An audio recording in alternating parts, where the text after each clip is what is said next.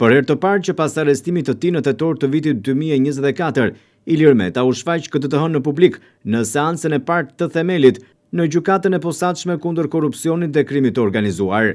Brenda kafazit prej xhami, Ilir Meta pasi përshëndeti me gishta dhe bëri simbolin e shqiponjës, mbajti edhe një fjalim të shkurtër, duke thënë se procesi ndaj tij është i montuar dhe kundër shtetit.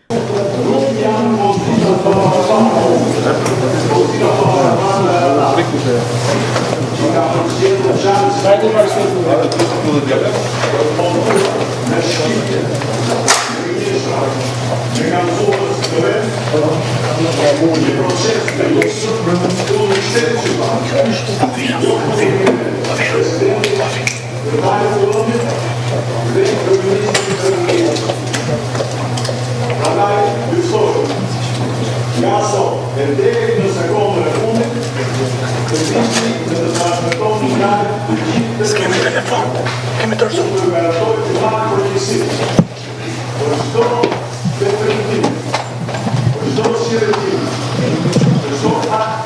Seanca gjyqësore në gjykatën e posaçme kundër korrupsionit dhe krimit të organizuar përdosi në ngarkim të ish-presidentit dhe kreut të Partisë së Lirisë Ilir Meta.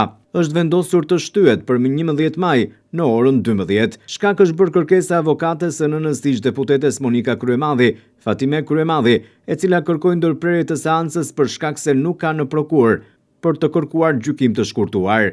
Seanca u transmetua live pas kërkesës së Ilir Metës.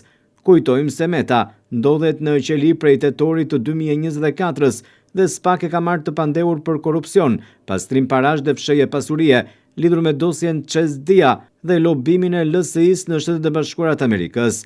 E pandehur është edhe ish bashkëshortja e tij Monika Kryemadhi, ndaj së cilës ka mas detyrimi paraqitje.